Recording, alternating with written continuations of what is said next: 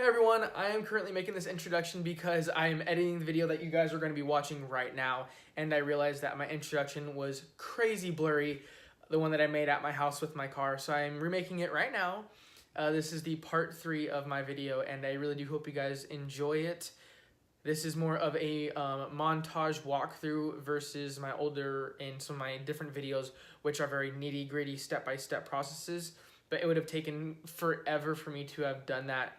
With all the different connections, wires, hoses, all the stuff I'm connecting, drive shaft, exhaust. To do a step-by-step how-to process would have taken forever and been 30 different parts. I do hope you guys enjoy this video, and definitely if you're someone who's dropping in a 350z engine, I believe that this would be able to help you out. And while it is fast forward, more montage, there's definitely things that you can see along the way that'll probably help you when you're installing your own motor. Enjoy.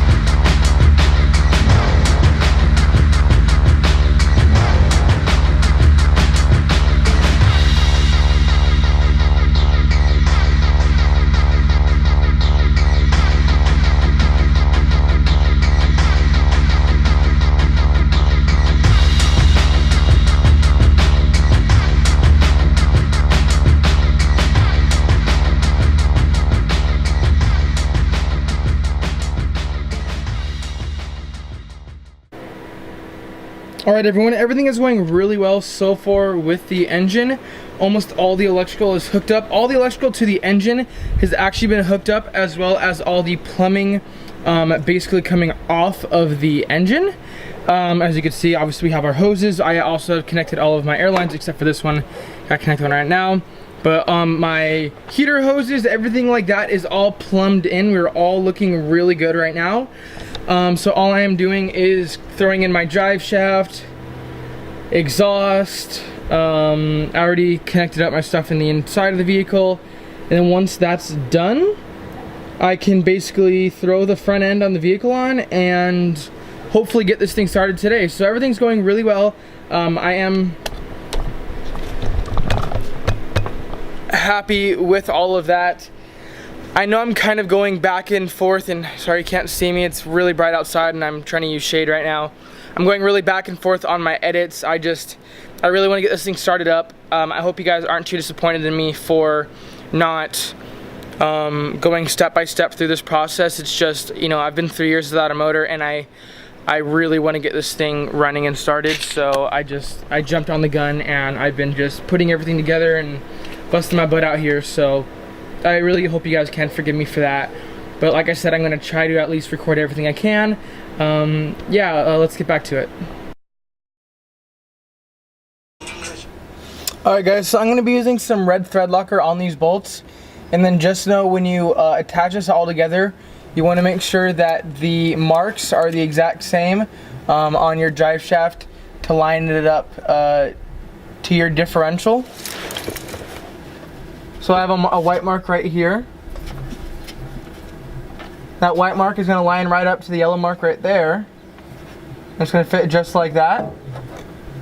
I'm going to install one of the bolts right now. Whoa, my God. Okay, I almost just busted my face open. Luckily I didn't though. Please be careful when you're doing this. I wasn't. That's my fault. I'm going to attach one bolt right now just to hold it up.